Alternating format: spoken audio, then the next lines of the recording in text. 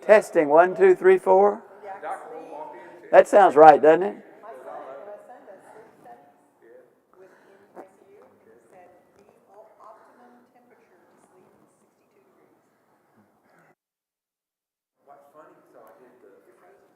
It's on, like you say. And I rotate the batteries, so. Testing, 1, 2, 3, 4. How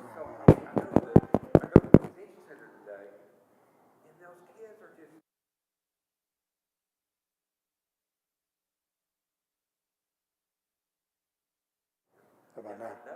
Testing, 1, 2, 3, 4. There we go. Okay, good. Yeah, Samuel is always called trouble in Old Testament studies. I think I gave you all an outline of the Old Testament a couple of times ago.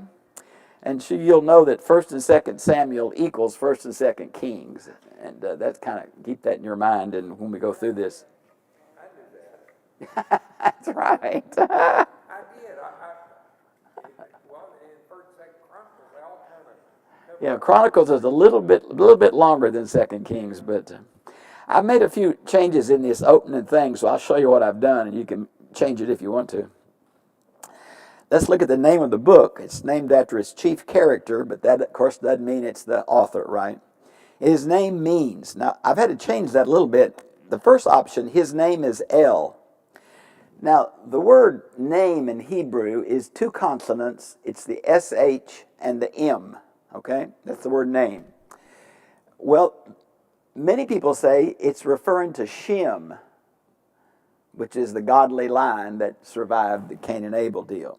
So some say it's his name is God, El. You got name and El. So Samuel, El means God, right?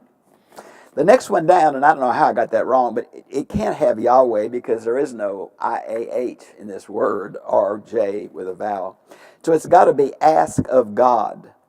And this is where the verb for ask is this S-H-A-L, which you can see is pretty close to Shem. So it's either ask of God. Now you say, well, where do you get that? Well, in 1 Samuel 1:20, this is where Hannah names him because she says, I ask of God, and this is the son. So that seems to me that's the best option. Ask of God or inquired of God, that verb can mean both of those. So I had to change that a little bit. It's always been interesting to me. Look at number B. He really is wow, you're about a leader. He's a judge, he's a prophet, and he's a priest. I mean, there are very, very few that fit all three of those, right? Now, he's called a seer, not a prophet, but that's one of the names for prophet, seer. And as far as a judge, he's a couple of times he functioned not only as a military judge, like the judges, but as a judicial judge. He makes decisions. So he does both of these. He's really a wonderful composite leader of ancient Israel. Now, as far as canonization, this is part of the section called the prophets. You have the early prophets, which are history books, and the later prophets, which we would know as the prophets. Originally, 1st and 2nd Samuel were one book in the Hebrew canon, and a lot of this one book deal has to do with their numerology. They wanted a certain number of books in the Old Testament to fit some certain, we would almost call them Kabbalah things about how many books, but they got split in the Septuagint because of the length of these books. As a matter of fact, in the Septuagint and in the Vulgate, 1st and 2nd Samuel and 1st and 2nd Kings go by the name 1st Kings, 2nd Kings, 3rd Kings, and 4th Kings. So you can see where these names are kind of coming that way, but it's unusual to us because we're not used to that. But I've mentioned that to you if you're interested in it. Now, as far as genre, this is a biographically focused historical narrative. You can almost outline this book by the main character. Who are we talking about here? And the fact that there's so many of them shows that just because Samuel is the first one really shows he's not the author, because you got a bunch of these in a row over a long period of time. So it is historical narrative, but it's person-focused. I mentioned number B. It records the historical customs and events that are not necessarily advocated to all believers. Now, that's something we need to think about a minute. Do you mean the Bible records things they did that we would say are inappropriate for believers, Old Testament and New? Yeah. A good example would be polygamy. I mean, that's never appropriate, and yet it was common for kings and very wealthy people. And there are other things that they do. This putting out the fleece in Judges, that is an act of unbelief, not of belief. So to say, well, the Bible says that I can do it, that is not always true. You got to see if it presents it positively, and if it presents it as a faith thing that is documented in the writing of Moses, if we're in the Old Testament. Number C, it is not Western history. It is selected events to communicate theological truths. So it's very similar to the Gospels, right? And I would say again, this is going back to Fee and Stewart's book, How to Read the Bible for All It's Worth. Under inspiration, these authors had the right to select, adapt, now not make up, not put words in the mouth of people, but adapt it enough to make the point, select, adapt, and arrange actual historical events in the long life of a person to make theological points for a certain group of people they're trying to communicate to. Now see, we don't like that because we're used to cause and effect chronological history. But you got to remember, this is ancient Near Eastern history. They had no idea what we do. And besides, you can't compare these like saying, well, ours is better. No, that's just our bias, right? It's just the way we do it. Okay, I mentioned the last paragraph under C, and I've mentioned that before, but if you're really interested, I've given you the two special topics here. The Hebrews and the Hittites are the only one that did history as history, not as propaganda. So because the Bible's going to show these men and women warts and all, bad attitudes, do things that are inappropriate.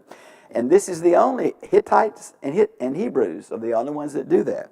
So that's what those two special topics trying to show that. Look at number D. There is a lot of information now available in archaeology. I mean, it's overwhelming. And I hope you know that AI is really helping us translate some of these ancient texts. Cuneiform is just so hard to do. Now, Egyptian hieroglyphics is a little bit easier, but you run these things through an AI system, and it finds patterns and able to bring up, here, we know what this word is, so this is what these words mean. And we're able to translate some of these things. And we've had just pieces of stuff, thousands of pieces of these tablets. And so what we're finding is that there is a literary genre from this period of time that does several things. If you look at the bottom of number D, I've tried to list those for you. Now, I got this from the Zondervan Pictorial Bible Encyclopedia, volume 5, and I've given you the page. This is the one that I've said, if you want a set of books that'll do word studies, we'll do backgrounds to books, do theological issues, do geography, it's these encyclopedias. But you just got to know how to use them. You look up the name of the book, you look up the name of the person, you look up the name of the theological issue, and it just lays it out for you, right? So notice how it does, saying this is a literary genre that is not unique, very characteristic of its own age. So notice what it's going to do, these first 10 to 15 chapters. Stresses events that led up to the new king. Why is there a new king? 2, it contains summaries of events instead of strict chronologies. Just sounds like this kind of literature. 3, clearly shows the disqualification of earlier rulers. Number 4, shows the military victories of the new ruler, reveals the growing popularity of the new ruler, documents important political marriages of the new ruler, stresses the religious fervor and national subconscious of the new ruler, consciousness, and a summary of the reign of the new king with its divine blessing and administrative success. Now, what we're doing is saying this is why we need a new king, and this is why it's right for him to have taken the throne. Because otherwise you're going to have revolts and, all kind of stuff. So this is a characteristic, we could almost call this a throne room historical narrative, right? Here's why we needed a change, here's how the change was done, and here how the change has benefited us. So I think this may be a literary genre that, as you read this, do you also know this is how David is presented, right? I mean, this is almost exactly what's going to happen with Saul and David. And that's what ticked Saul off so bad he never got over it too, right? So authorship, Jewish tradition has affirmed Samuel. Over and over I mention Baba Bathra because it sounds so cool to say it. It's a book of the Talmud that gives the traditional Jewish authorship. And it says he wrote the book that bears his name and Judges and Ruth. That's probably not historically accurate. That's just Jewish tradition, and that's why I bring it up to you. The book itself states that Samuel could write. I've given you that place in 1 Samuel 10:25. And I mentioned it probably refers to these chapters that are probably this new literary genre, 12 through 15. Later Jewish scholars recognized. Now notice what these later scholars, rabbis themselves, said. Look, Deuteronomy, Joshua, and Samuel records the death of the main author. That doesn't sound like he's the author, right? It just doesn't fit right. Yeah, and then I'm going to tell you how I'm going to die. It's so good. It's going to record events long after the death of Samuel. I've mentioned a couple of those to you there. You can see 1, 2, and 3. If you're interested, you can check those out. So what this is saying is these are the Jewish suggestions about who finished the book. And you've got a scribe, and you've got a priest, and you've got the son of a prophet. And that's speculation, of course, but they have particular verses to go with it to kind of back it up. Now, modern scholarship says, number one, this is from eyewitness account because details are given. You know, it's like she was wearing a red knit dress and a green necklace, that kind of stuff. Somebody saw this. This isn't made up literature. So the contents of the book are from eyewitnesses. They also recognize the sources were. Now, we talked about sources before. This is the book of Jasher. It mentions the Chronicles of Samuel. Now, we have no idea if that's the same as some of these other books or different books. But it looks like we have the Chronicles of the prophet Nathan and Gad, the Chronicles of Samuel, earlier book of Jasher, war poems we talked about, and then other chronicles of the time. That's kind of a big phrase, isn't it? I used other written sources too, but you don't know their names, so I'm not going to tell you. Many other modern scholars suppose that Samuel, Nathan, and Gad were the authors of 3 narratives that were combined by Nathan's son, prophet's son. Now, is that speculation? It's absolutely speculation. Again, I want to remind you, the only reason we do this is to try to get the historical setting of the author. But as far as inspiration, we believe the Holy Spirit was the author. There is evidence of later editors. The little phrase, unto this day, that's just a marker, right?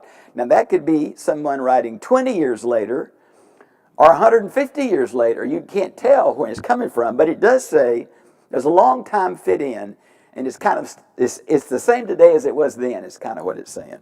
And I've given you the verses where it's used. Sometimes try to say, well, that completes until today. Unto this day. Yeah, we would say this is still going on, be the way to say it. It happened way back then, and we're still doing it that way, right? I think that's what that's saying. But it does show you that someone later is writing about something that happened earlier, and the traditions are continuing. There is evidence that this editor or editors lived and worked after the divided monarchy. Now, the united monarchy is Saul, David, and Solomon. And then Jeroboam and Rehoboam split over taxation and forced labor. That's 922. And I put the verses there. You can see if you buy that. These verses are what people have speculated, but all of them are not as clear as we want them to be. So some of it's just an illusion or maybe an illusion, but at least you can look them up if you're interested. Samuel's a good example of what modern critical scholars see as signs of composite literature.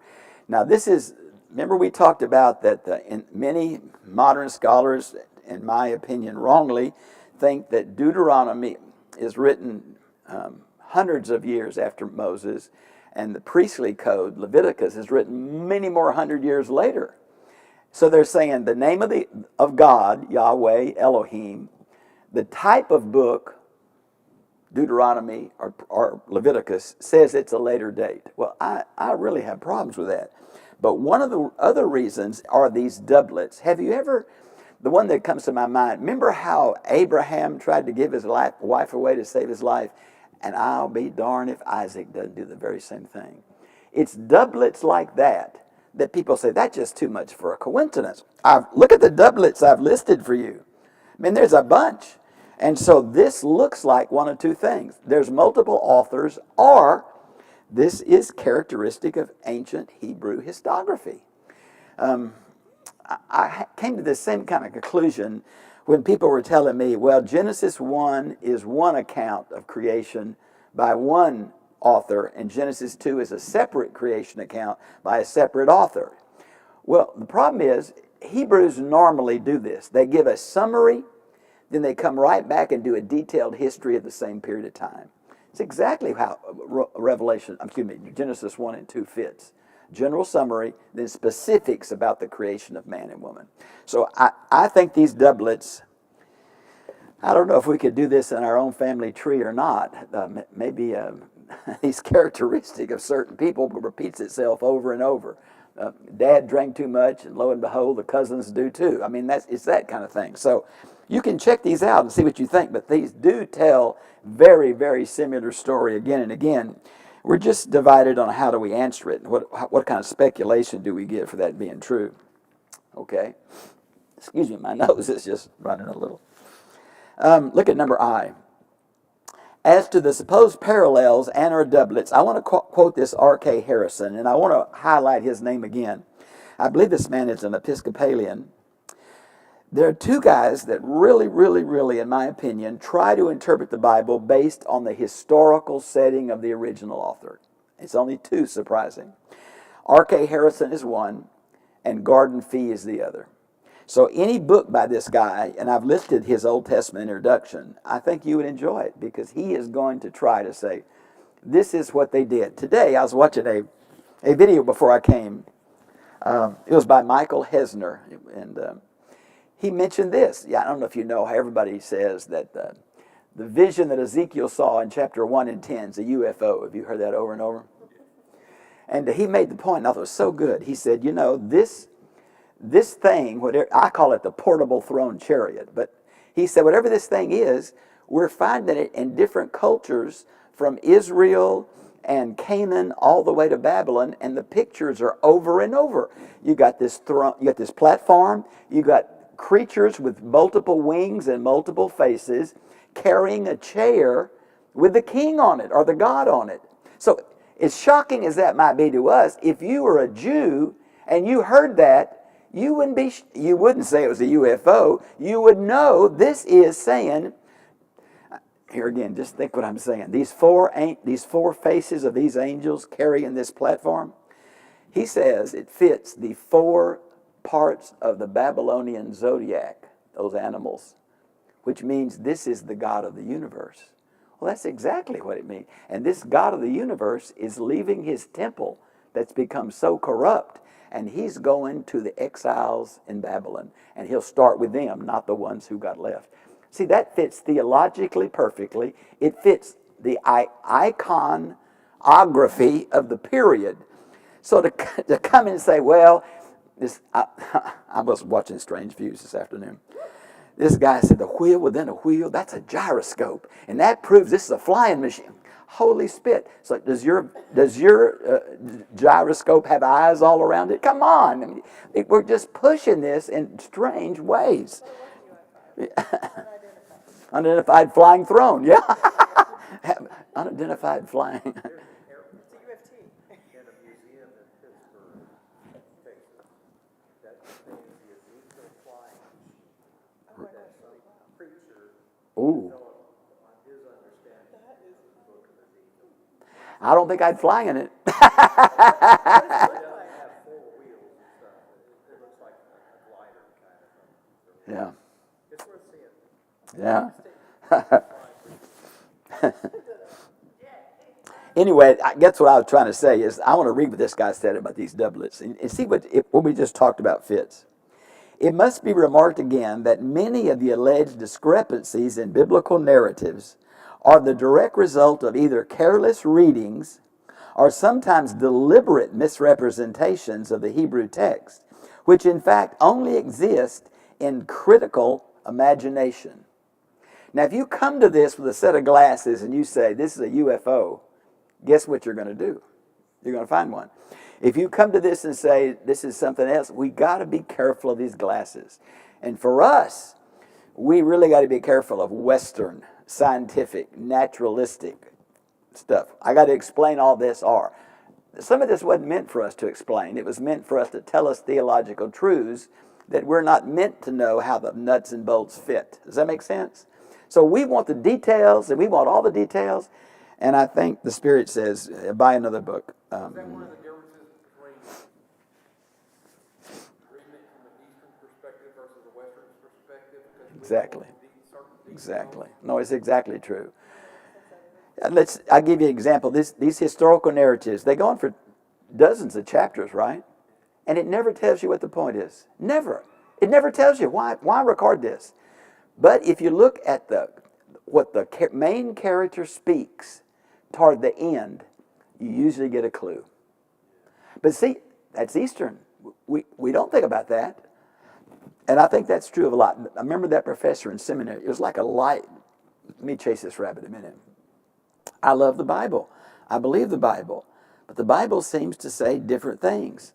Matter of fact, sometimes the exact opposite things. You're going, they're both inspired. How do you hold these together?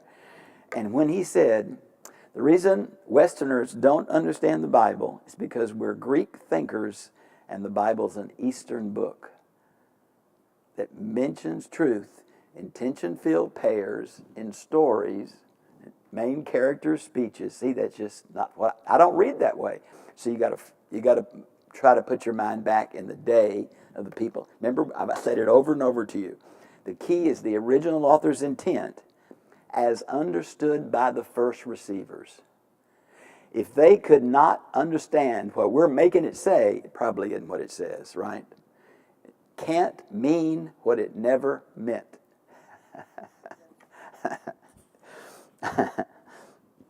Okay, the next little phrase. We must admit that authorship is unknown. Now, this man, E.J. Young, this is one of the more conservative Old Testament men of a generation ago. His Old Testament introduction, I think, he's the guy that I really lean on when I try to argue for one author of Isaiah. And there really are some differences in 3 sections of Isaiah. And he is the one that has really helped me see the united vocabulary, united phraseology, and helped me to go back to 1 Isaiah. Also, the process of compilation of these Old Testament books. Can you highlight that? The process of compilation of these Old Testament books is unknown. And I would add one more. We don't know who or how or when any Old Testament book was put together. Think what I'm saying to you. You say, well, the Masoretic text. When I was in school, they would say the Masoretic text. I want to remind you, I'm chasing these rabbits. I hope they're interesting to you. The only sect to survive the fall of Jerusalem was Pharisees. The Sadducees were wiped out. The Essenes were wiped out. The Stachari were wiped out. All you got is Pharisees. So in AD 70, they met in a city called Jamnia and talked about how do we get this thing back together. So they're the ones that set aside one family. They're called Masoretic scholars, or the Masoret family. And they begin to take the consonantal Hebrew text. Now, there are many Hebrew texts available in the first century. That's confusing. So they picked one that they thought was closest. It's all consonants, no vowels, no punctuation. So this family is going to work on presenting a complete Old Testament with the appropriate vowels, the appropriate punctuation, and the appropriate verse divisions. Do you know when that was finished? AD 900. 900. It's Codex out of St. Petersburg. So, holy moly, that's a long time. So, no, they're earlier Hebrew texts. Septuagint is an earlier Hebrew text. Dead Sea Scrolls, earlier Hebrew text. So little note here. However, we still assert, this is the 3 things I want us, even though I don't know how, when, or who, here's what I want to say. And this is the conservative scholar in me. The process was led by God. Can I get an amen? We believe God did it. The events are truly historical, not fictional. I don't know when the Exodus happened. I don't know how big it was. I don't know what body of water. But a bunch of Jews left Egypt and God led them. Okay, now where, how, I can't answer all that. But it's historical. It's not made up. It's not fictitious. Number 3, the events had a theological thrust. So you always ask, what does this story say about God? What does this story say about us? What does this story say about what God wants us to do? Those are questions you have to ask these texts. And they're the information, not the details of, did they eat grasshoppers? How did they eat them? Well, they cooked them. See, that's crazy. Why do we go to the details? Well, because we're Westerners. Did they have ketchup? I don't know. Did just did they? Or remember that craze in America where we put all these insects into chocolate? Golly, why ruin a good piece of chocolate? Yeah, yeah, that's true. I will not argue that one. Let's go to a date, and again, you know when I give you a date, if you see these three names, look at number 5A. R.K. Harrison is Harrison, E.J. Young is Young, and John Bright is Bright. Now, these are really big Old Testament scholars, and they don't agree on these dates. And here's the problem. You got a king, and he gets sick, and his son takes over administration early. Do you count from when he takes over, or do you count from when the old king died? Well, see, that right there, you go down several kings, you've got some really years in here we're not sure of. And that's what this speculation is. And it's not really important, but it is speculation. Samuel covers the period from the birth of Samuel, I've said 1105 from the New International Version, to the death of Saul, about 1011. Now, that's the period of 1 Samuel. 2 Samuel covers the period from the death of Saul to the end of David's reign. Okay, that's 2 Samuel. Now you can tell these same three scholars have different dates for that. When was the book written? Well, if you go back to 1 Samuel 11:8 and 27:6, it shows that at least that some of the book was written in its present form after the United Monarchy split. So it's after 922 that at least those two verses make a comment about.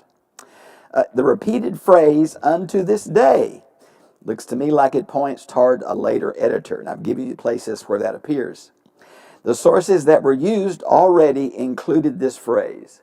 So the book of Jasher may have had it, the Chronicles of Dan may have had it, whatever we're using.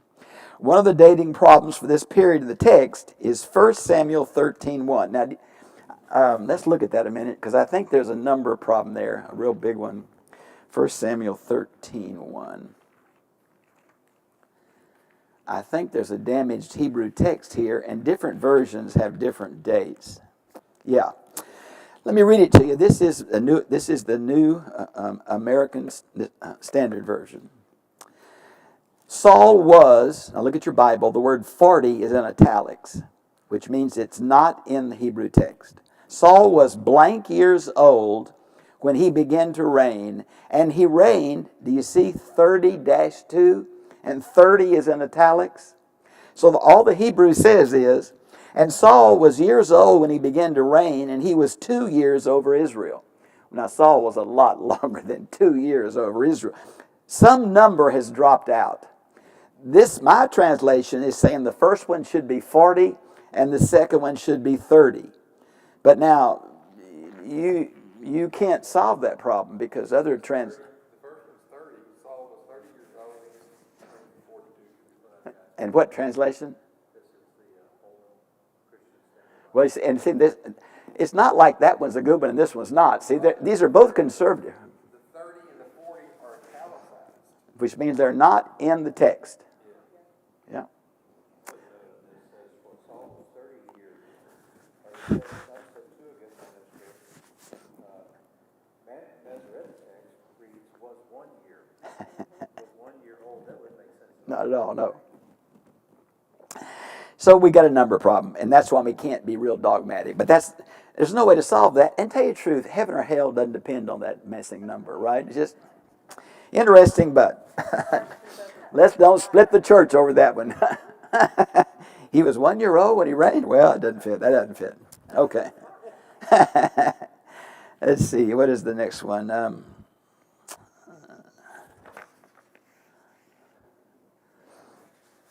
Okay. Let's go to historical setting. 1 Samuel continues the history of the anarchy and moral depravity of the period of the Judges. Now remember, we looked specifically at the last 3 chapters of Judges, these terrible things, and I mentioned the one earlier is pretty bad too. So we've got this whole series of just God's people are doing really dumb things. Well, Samuel's going to continue that and show this is the result of the fall that continues in humanity.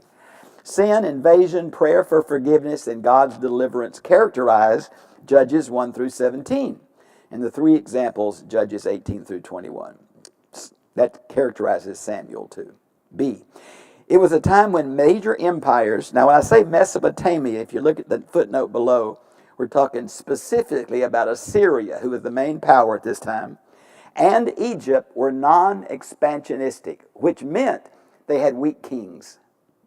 So Israel, northern and southern, could do what they pretty much wanted to, fight each other, fight their neighbors. There was some freedom here for growth during this period because these other empires.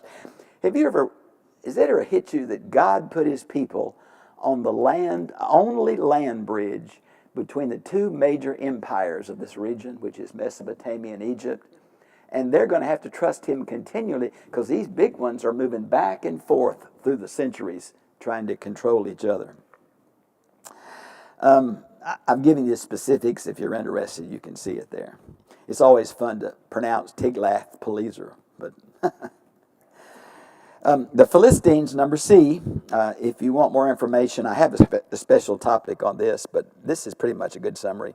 These are Aegean sea peoples, which means they're from the islands here. Which island, we're not sure, but Aegean islands. They tried to invade Egypt about 1300 BC. Egypt beat them, so they just moved up the coast and settled in southern Palestine, which is going to be the tribal allocation of Dan that he doesn't want. So this is the 5 cities developed, right? Ashdod and all those that make a little half circle there. Settled in the southwest corner of Palestine about 1250. They had developed Iron Age technology from the Hittites and were able to establish themselves in the circle of 5 cities. Now, which means they had swords that would break all the other swords. So all Israel has is some kind of bronze stuff, which they could poke you with it, but if you hit it with iron, it breaks. So they have, if you want your sword sharpened, if you want a plow, you've got to go to these folks to get it. Remember the whole story of Samson? That was part of the deal. So they had the technology from the Aegean Sea, was far advanced than the Hebrews had. They were organized into Greek city-states. Each had his own king. See, there's the Aegean background politically. They became the major enemy of the Israelites in the early kingdom times. It was over hundreds of years. They're really the big problem. They are the only uncircumcised people in this part of the world because they're Greeks. And everybody else did it. Some did it at birth. Most did it at puberty. And it was kind of a rite of passage for young men. Okay, literary units. Here's a brief outline by people. Remember I told you it's main characters. So you got Eli and Samuel. That's such an interesting story, isn't it? Just, boy, chapters 1 through 7. Then you got Samuel and Saul. It's 8 through 15. Then you got older Saul and David. That's 16 through 2 Samuel 1. Then you got David's reign. Then you got David and succession, which is so much of a problem. And then miscellaneous items about David and his reign, the last few chapters. Now, some would say you can outline this by summary statements. Now, I don't know if you have done much study on Acts, but it looks like you could do the book of Acts by summary statements. They just appear in certain places, which looks like it's the author's way. Well, Genesis has the same thing that this is the generation of. Well, Samuel has that. You see there's 4 of them, which looks like it fits pretty well with the way this was put together. Now, I don't know if you know David King. He was a professor at ETBU. He's now passed away. He taught in Lebanon for 30 years at the Baptist Seminary there. And I have really enjoyed his working outlines through the years, and I've included a couple of them in my notes. And this is the one on Samuel. Now, let me just say again, why would I take this much space to do that? May I remind you what we never think of. If you wrote a book, hopefully you knew where you were going. It wasn't, depending on what you smoked this morning, determines what comes out. You would have it in sections of how you're going to develop this character, right? Well, we call those literary units. So when you look in a book like the NIV Study Bible and it gives you an outline, those Roman numerals are the main literary units, and then how does he develop them? A, B's, and C's, right? So what an outline does, it shows you how the author is developing what he wants to present to you.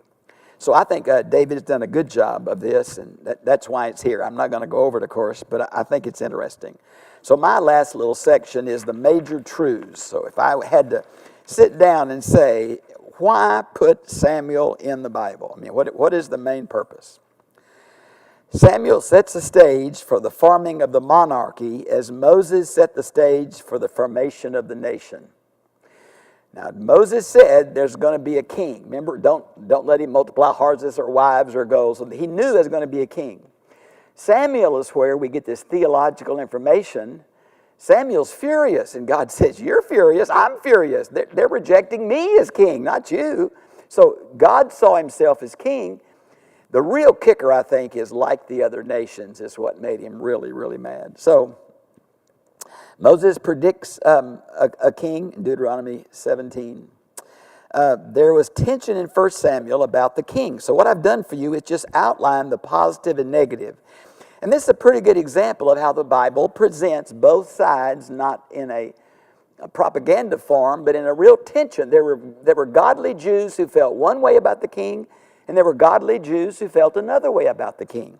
Now, Baptists have never had that experience. So the negative, they rejected Yahweh, there's the text. They asked for a king like the surrounding nations, there's the text. And Samuel really got his feelings hurt about it, and there's the text. Now here's the positive. Yahweh fulfilled the prophecy of Deuteronomy by giving them a king. Listen to the voice of the people. 2, tell the new king the godly guidelines. He was supposed to hear the law of Moses read every year out loud. And so you're going to have a king? Great, let's get a righteous one. And then number 3, the king will deliver the people. Now he's going to function as a judge, right? Saul was meant to be a military guy. David, military guy. So it kind of continues that judge-like emphasis. Samuel documents the transition of spiritual power from the high priest and tabernacle to the emerging prophetic spokesman. So now think with me what's happening. If you want to know the will of God, you go to the high priest. He has his Urim and Thummim behind the breastplate. If you ask a yes or no question, he could answer it from God, right? Whatever the lights and the perfections were, we have no clue what it is. Yes or no on a rock, letters on a rock. We have no clue what it is, but you could cast it like dice. And you would get the will of God that was verifiable and trustworthy. Well, there comes a time where it's prophets. Nathan with David, Gad, earlier Samuel with Saul. They're not going to the high priest, they're going to these prophets. So we're transitioning from the power of the priest to the power of the prophet. There's an interesting verse, and I think it's Jeremiah 18:18 that has all 3 of them listed. And it's the priest and the prophet, and the third one is the seer, the wise man, the sage, right? So 3 sources of revelation. You got the priest, and of course that would include the local Levite teacher, right? There's a local teacher, and you got the high priest. And then you can go to a prophet, and then you finally can go to the wise man, which would be Job was one of the wise men of the East, right? That kind of thing. So you got these 3 different sources, but this is a transition between those 2. Number 1, God's judgment on Eli and his family probably is where the priest and the Urim and Thummim got its first negative, right? And Eli is okay, but his sons are horrendous. You cannot pass this lineage on to his sons. And this is where when young Samuel comes in. But it does show you can't trust the high priest, what it does. The need for a balance between, and I put here, the ritual of the priest and the heartfelt personal faith of the prophet. You know, I have a lot of Catholic friends, and I certainly think Catholics are Christians. Most of them, shoot, I'm so radical, I think there's some Baptists who are Christians. But you talk to them about stuff that bothers us, like... let's just say the stages of the cross during Christmas. And we go, man, what do you do that for? It is very, very meaningful to them. Saying the rosary is very meaningful to them. Praying to Mary, this one, my friend, I just love her to death. She said, we just feel like Jesus is so busy that he didn't have time for us. We'll talk to his mother. I mean, that's just what she said to me. I said, well, fine, if you want to talk. I'd be really bad if they made Mary a co-redemptress. Now, that's where it would hit the fan, I'm telling you. But One person explained it that why you pray to Mary. He said, well, if you wanted something done by somebody and you knew their mother, wouldn't you go to them and ask them? that's the way it's explained. Yeah, that's the way it's explained. Yeah. And I think Baptists, we have depreciated that wonderful young woman. We make too little of her, and they make too much, right? Can you imagine God coming to a teenager and say, you're going to have a baby? And she's going to go, what? You know, and she said, may it be so. I mean, this was a wonderful young Jewish woman. You're going to have a baby, but you're going to have a baby, and it's going to be Yeah, God. yeah. And you're going to have to take on the responsibility. And she's probably 13, 14, yeah. And you're going to Yeah. have to go out and tell your mom and dad that, too, by the way, Yeah, you know. and be it stoned in that part of the country, yeah, that's right. This is interesting where Jesus is the only seed of the woman. Oh, back to Genesis 3:15? Yeah, He's the only seed of a woman. yeah, Everybody else is seed of man. yeah. He's seed of woman. Yeah, I really like Genesis 3:15. First good news. For Mary to be born as a virgin, then her mother has to be. Yeah, it gets kind of crazy, doesn't it? Yeah, let's just have one. Let's just have one virgin birth. That's better. Yeah, I think so. Now, number 3, I'm going to get off this because y'all are going to kill me when this show's online. Both priests and prophets are covenant mediators. Now, what am I saying by that? These people are not coming up with a good idea about God. Let me tell you what I think about God. That is not what they're doing. What they're saying is, God spoke through Moses, and we're going to hold your feet to the fire. You said you would, and you're not. And this is the consequences. And this is where Leviticus 26 and Deuteronomy 28 come home, right? So these people are saying, look, Israel, this is a covenant relationship. You know what God wants. You don't have to run around asking. Here it is, and you're not doing it. And you need to repent, and you'll be okay. And if you don't, there are terrible consequences. That's kind of this deal. Saul looked to Samuel, while David looked to Nathan and Gad to ascertain God's will. That's the prophet, change from priest to prophet. 2 Samuel documents, and just think with me for a minute what I'm saying here, the goodness of God to David. Now, friends, if God can love David, he can love you. David did some terrible things. I mean, really, think about it.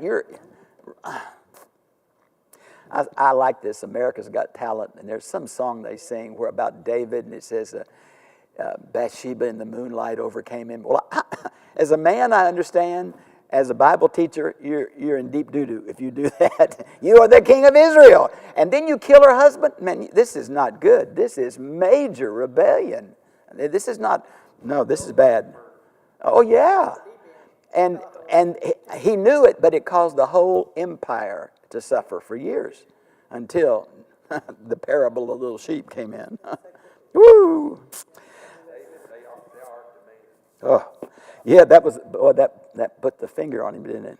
You are the man. David's strengths and weaknesses. This is not propaganda. Here is the warts and all.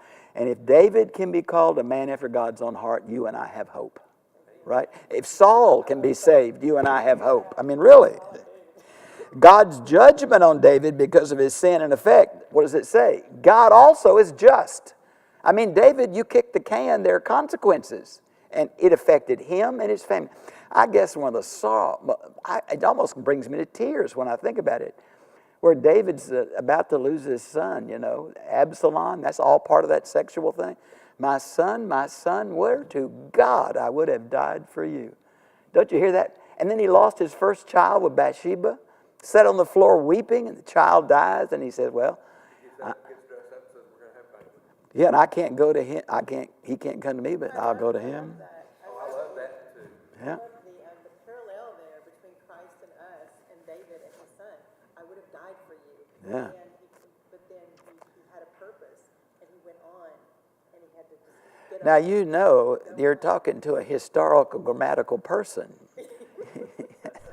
You allegorist, you. No, there is a parallel, but I'm not going there.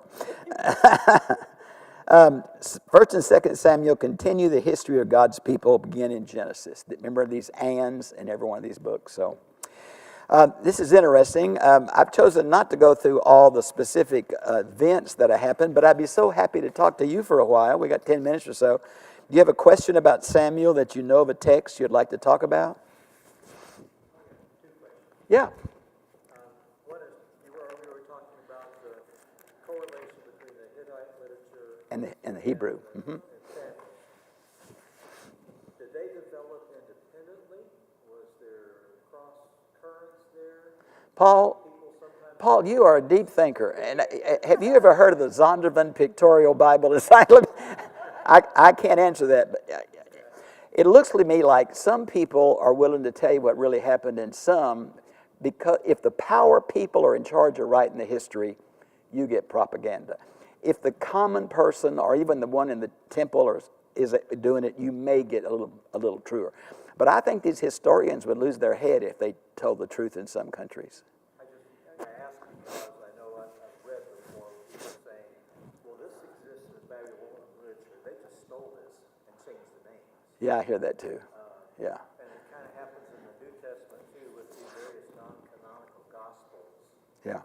They say, well, so-and-so, this is from the gospel of so-and-so and so-and-so. Well, Yeah.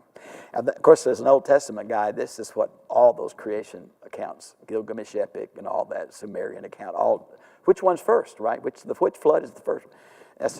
There's obviously been some cultural influences in the whole part of the world, right? Depending on your bias, which one is first is where the bias comes, right?